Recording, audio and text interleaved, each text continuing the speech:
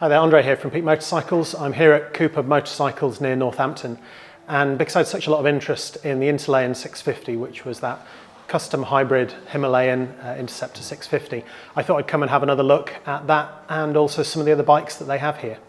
So this is Ian Cooper at Cooperb Motorcycles, and the Interlayan is actually his.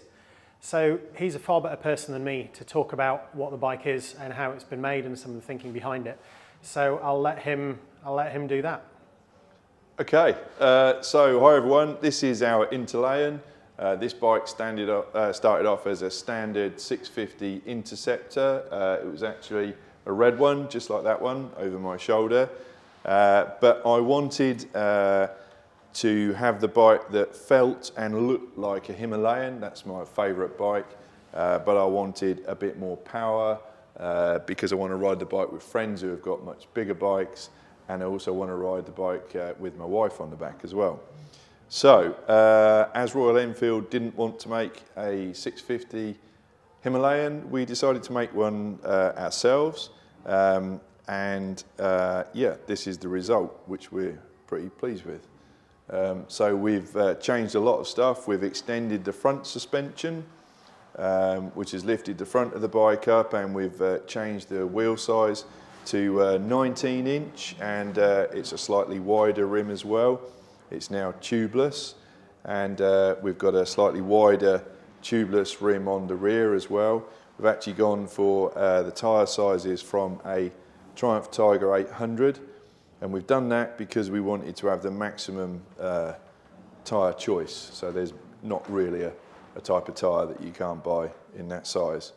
It's got taller suspension on the back as well. It's got the YSS gas shocks, and they're a bit taller than the original ones to lift the back up. We've got a 2-into-1 S&S qualifier exhaust, and that's given us room to put the full Jivy Adventure luggage on it.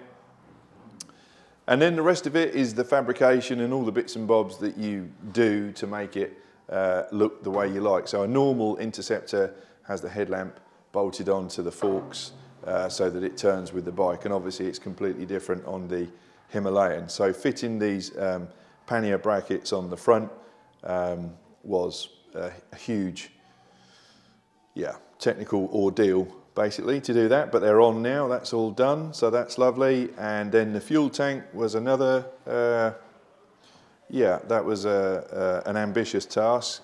The Interceptor fuel tank is rounded at the bottom, so it's the wrong shape to try and blend with a Himalayan fuel tank. So in the end, we've got a Continental GT fuel tank, and we needed the 650 fuel tank to, to retain all of the fixings for the fuel pump and so on. And then the Himalayan fuel tank is the top. So the two have been welded together with lots of fabrication all the way along the bottom and all the way from sort of here forwards. So that's a huge task.